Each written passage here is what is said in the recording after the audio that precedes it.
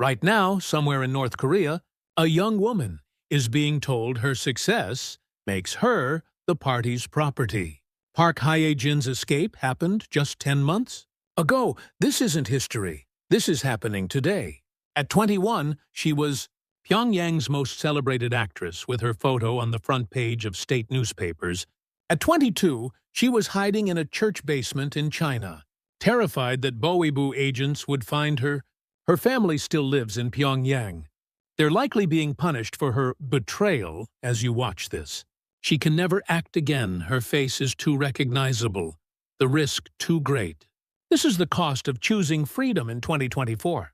Your subscription amplifies these urgent voices. Join us in making a difference. These stories cannot wait. It was fall of 2023. I was 21, waking up on the third floor of an actor's dormitory on Changgwang Street in Pyongyang. Through my window, the Taedong River glittered in the morning sun. The tower of the Juche Idea rose in the distance. 1 year had passed since I graduated top of my class from the Pyongyang Art Academy and joined the Joseon Art Film Studio as an official actress. My life was perfect. Hee-jin, did you see the paper? Your picture's in it again? My neighbor from down the hall came running in with the Rodong Sinmun. The movie I'd starred in, Song of Youth, had just been praised in the party newspaper. Above the headline, New Face of People's Actress, my photo took up half the page. I called my mother. She cried with joy. My daughter is now Pyongyang's most famous actress. You should see how proud your father is. My mother taught at an elementary school. She'd been bragging to all the parents. That evening, the film studio threw me a celebration at Okryu restaurant in Pyongyang. We ate cold noodles while the director and senior actors congratulated me. Living in Pyongyang as an actress, it was the ultimate privilege. Our rations were better than ordinary citizens. We could even watch foreign films. Hyojin is so blessed. She's made it to the top stage in our country. That's what my seniors said. But something felt off that night. A party official sat in the corner, watching me the whole time. A woman in her 40s from the culture department. Her eyes were cold. I later learned her name, Deputy Director Kim Myung-suk. Walking home along the Taedong River that night, the autumn breeze felt cool. Stars filled the sky. I was happy, or I thought I was. I had no idea my life would flip upside down in just a few months. That night I wrote in my diary, "Today was the best day of my life. But why do I feel so anxious? Maybe I'm just too happy." Looking back, that was a warning. That anxiety became real in December 2023. One cold winter morning, the film studio party secretary's office called me in. "Comrade Park Hee-jin, someone from the party central committee, is waiting for you." My heart dropped. When the central committee sends someone for an ordinary actress, it's never good news. I walked into the secretary's office. A man in his 50s sat there in a crisp suit. Next to him stood Deputy Director Kim Myung-suk, the woman I'd seen at Okryu restaurant. "Comrade Park Hye-jin, have a seat. I bring good news." He smiled, but Deputy Director Kim didn't. "The party values your talent. You'll take on a more important role. Starting next month, you'll enter special education." My whole body went cold. Everyone knows what special education means. Performances for high-ranking officials. A very specific kind of performance. I just want to keep working as a film actress. My voice shook. The official's face hardened. "Are you refusing the party's consideration?" That could be seen as anti-party behavior. Deputy Director Kim smirked. "Comrade Hye-jin, your parents still live in Pyongyang, don't they? Your father's a factory engineer. Your mother's a teacher. Think about your family before you decide." That evening, I called my mother. She heard the tears in my voice and panicked. "Mom, what do I do?" But I couldn't say more. The phones are all tapped. She was silent for a long time, then spoke. "Hye-jin, when I was your age, right after the Korean War, things were hard. I had no choice back then either. But survival matters. Don't worry about me." Her voice was shaking too. I didn't sleep that night. Outside my window, Pyongyang's lights sparkled. But now those bright lights felt like prison bars. That's when it hit me. I wasn't an actress. I was the party's property. In the morning mirror, My 21-year-old face looked years older. For the first time, a thought crossed my mind. I have to leave. I can't live like this. The new year brought no hope. Starting in January 2024, my life changed completely. A dedicated life guidance officer moved into my dorm. That's what they called her. Really, she was a Boweeboo agent. She stood in the hallway when I woke up. She followed me to the studio. She came back with me at night. She was with me 24 hours a day, except when I used the bathroom. Comrade Hye Jin, there's a special gathering tonight. Deputy Director Kim came to tell me herself. She stopped hiding her cruelty. Do you understand what special treatment you're getting? Other actresses don't get this opportunity. Her voice dripped with sarcasm, but her eyes burned with jealousy. Another actress told me later that Kim Myung-suk had tried to be an actress when she was young. No talent, so she became a party official instead. No wonder she hated me young and talented. The bigger problem was my family. One day my mother called. Ye Jin, a party official, came to my school today. He talked about you. He said, guide your daughter well. If Hye Jin makes a mistake, the whole family suffers. Her voice trembled. My father's factory got the same warning. Even my brother in the military felt the pressure. His company commander called him in. Tell your sister to behave. I cried every night. This happened because I acted well. Because I worked hard to please the party. Since I was little, I dreamed of becoming an actress. I worked so hard to get into the art academy. Now that dream had become a noose around my neck. A neighbor tried to comfort me. Hee-jin, just endure it. I went through something similar. You can survive. But I knew better. Enduring wasn't the answer. One day in February, Deputy Director Kim came again. Comrade Hee-jin, there's a special performance next Saturday. Prepare well. That day, satisfaction showed on her face. She enjoyed watching me suffer. That night, I sat in front of my mirror, staring at my reflection. I could see my 22-year-old youth withering away. Right then, I made up my mind. If I get a chance, I'm leaving. I'd rather die than live like this. In March 2024, a miracle happened. A North Korea-China joint film production was shooting in Dandong. The Joseon Art Film Studio and a Chinese film company were collaborating. They wanted me to play the female lead. The plan was 1 week of location shooting in Dandong. This is my last chance. I couldn't sleep all night. If I got to China, maybe I could escape. But how? A Boweeboo agent would be glued to me. The whole film crew would be watching. Still, if I missed this opportunity, I'd never get another. I needed someone I could trust. There was Director Choi at the studio. He'd worked there over 10 years, about 60 years old. He'd studied film in the Soviet Union when he was young. He'd always been kind to me, treated me like a daughter. One day after filming, I quietly approached him. Director, I need to talk to you about something. He looked at my face and seemed to understand. Hye Jin, I know your situation, but what can I do to help? When we go to Dandong, can you help me? My voice shook. He was silent for a long time, then spoke softly. Hye Jin, I know what you're thinking, but it's too dangerous. If you fail, your family. I know, but I can't live like this. Director, you experienced freedom in the Soviet Union. Please. Tears filled his eyes. All right, I'll help however I can, but be extremely careful. At home, I called my parents one last time. I couldn't tell them about the escape plan. Mom, I'm going to China next week for filming. Really? Be careful. Hye Jin. My mother started to say something else, then stopped. She knew. This might be our last conversation. Mom, I love you. Tell Dad the same thing, and my brother, too. My throat closed up. Sweetheart, I love you, too. Whatever happens, I just want my daughter to be happy. The night before leaving, I walked through Pyongyang one last time. The Taedong River, the Tower of the Yucha Idea, Moranbong Park, where I used to play holding my father's hand. This was goodbye to everything. In my bag was $200 Chinese money Director Choi had slipped me. This is everything I've saved my whole life. Make it work. His words echoed in my ears. Back at the dorm, I wrote in my diary one last time. Tomorrow, I'm heading toward freedom. Mom, Dad, brother, I'm sorry. And I love you. The morning of March 15, 2024, I boarded a train at Pyongyang Station. Headed for Sinuiju, 15 crew members traveled with 3 Boebu agents. Even Deputy Director Kim came along.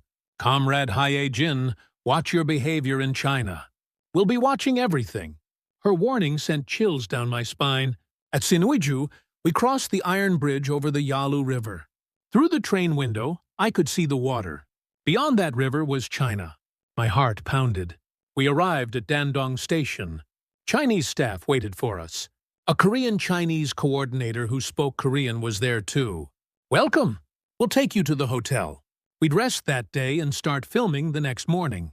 My hotel room was a single, but a Boebu agent stayed in the room next door. Someone stood in the hallway. That night, Director Choi knocked softly on my door. Tomorrow morning, during filming, say you need the bathroom. I've contacted the Korean-Chinese coordinator. He's a pastor.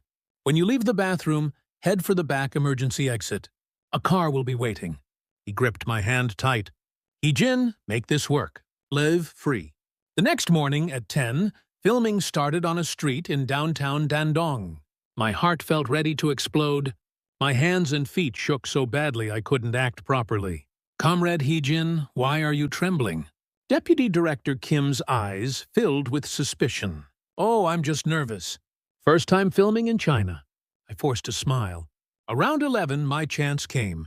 Sorry, I need the bathroom. The staff directed me to a department store nearby. One Boebu agent followed. I went into the women's restroom and stayed a while, then came out. The agent waited outside women's bathroom. As I exited, I slipped toward the back hallway. An emergency exit sign appeared. My heart hammered.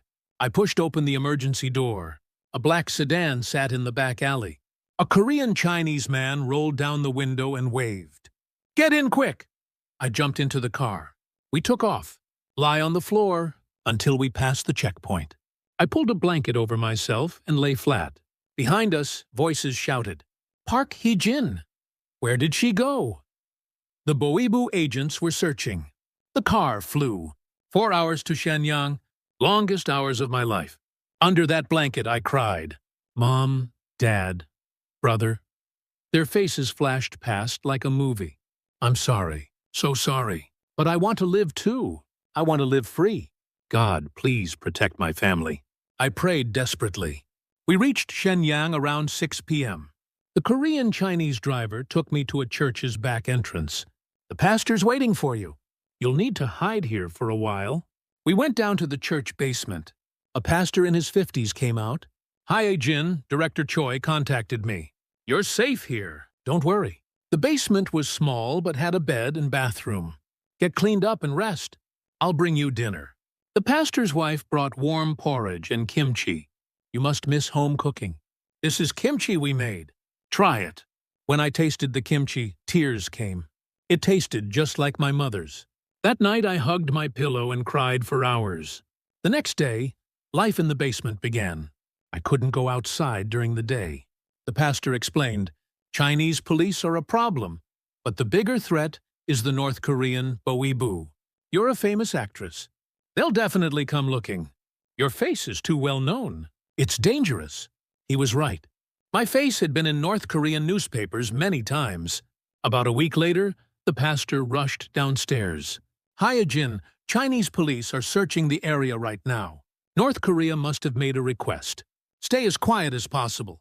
I spent that whole day barely breathing. Footsteps sounded overhead. Someone was searching the church. My heart felt ready to burst. God, please protect me. Night came before the pastor returned. We're safe, but staying here long-term is dangerous. We need to find a way to get you to South Korea. From that point, the pastor's network started contacting defector brokers. Money was the problem. Getting from China through Southeast Asia to South Korea required at least $3,000. I only had $200. Don't worry. The church will help. The pastor's words comforted me. When a young person like you seeks freedom, we have to help. Our congregation members who run businesses will contribute. The pastor's wife reassured me too. Hae-jin, stay strong. We've already sent dozens of people to South Korea. You'll make it too. I spent a month in that basement. No sunlight. No fresh air. Just waiting in a small room. Every night I cried, thinking about my parents. How were Mom and Dad doing? Were they being punished? Was my brother okay in the military? Guilt kept me awake. But I couldn't go back. Going back meant my end and worse suffering for my family. I had to keep moving forward.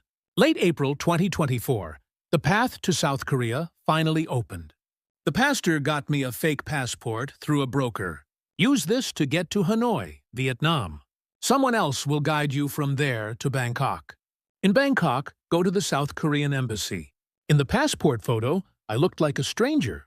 Short hair and glasses made me completely different. Hyejin, at the airport, don't show any sign of nervousness. Act like an ordinary Chinese tourist. A church deacon accompanied me to the airport. At Shenyang Airport, my legs trembled. At the security checkpoint, my heart threatened to explode. Show your passport. The Chinese officer took it, studied it for a long time, then handed it back. Go ahead. I boarded the plane. My first time flying. Through the window, Shenyang grew smaller and smaller. Far to the north, the Yalu River flowed. Beyond that river was North Korea, where Mom, Dad, and my brother lived. I pressed my forehead against the window and cried. The passenger next to me stared, but I didn't care. I landed in Hanoi at 11 p.m. After clearing immigration, I saw a Vietnamese person, holding a sign that read, Kim Hye-jin, my fake name. Follow me. He spoke a little Korean. We went to a hotel, slept one night, and left for the airport early the next morning. Flight to Bangkok?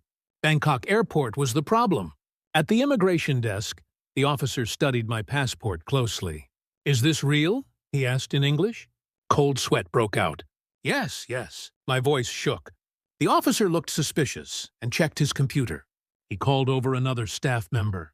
This is it, I thought. Will they send me back to China? But somehow, that staff member glanced at the passport and stamped it. Go. My legs went weak. I barely walked through the arrival hall. Outside, a Korean missionary waited. Hee-jin, you've worked so hard. You're almost there. Seeing the missionary's face, tears came again. The next morning, we went to the South Korean embassy in downtown Bangkok. Standing at the embassy door, my legs shook. Walking through this door would make me a citizen of the Republic of Korea. I'd lived my whole life as a North Korean. Now I'd become South Korean. I took a deep breath and opened the door. I'm Park Hee-jin from North Korea. I'm here to request asylum. The embassy staff looked startled, then welcomed me in. Come in. You're safe now. Everything's okay. May 11, 2024, I landed at Incheon Airport. Walking from the plane to the immigration hall, my legs wobbled. National Intelligence Service staff waited to greet me. Ms. Park Hye-jin, welcome to the Republic of Korea. Hearing those words, all the tears I'd held back burst out. I did it. I really found freedom.